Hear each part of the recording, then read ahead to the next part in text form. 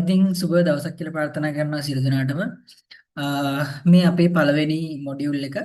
ඉතින් අදින් පටන් ගන්න අපේ WordPress for beginners course එකේ පළවෙනි මොඩියුල් එක.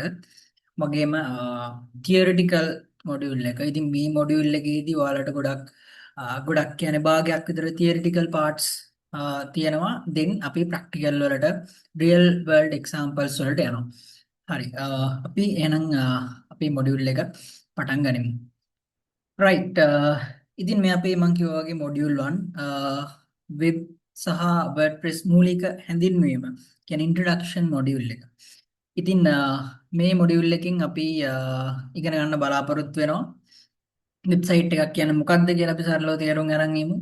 මුලින්ම ඊට පස්සේ මොනවද මේ ඩොමේන් මොනවද මේ හොස්ටින් කියන්නේ කියලා ඊට පස්සේ අපි WordPress වලට බහිමු.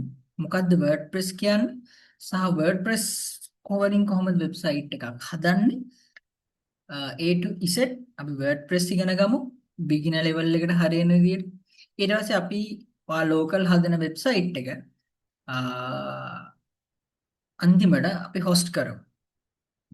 ඊට පස්සේ ඒ වගේ WordPress සම්බන්ධයෙන් basics ටික මේ මොඩියුල් එකේදී ඔයාලට ඉගෙන ගන්න ලැබෙනවා.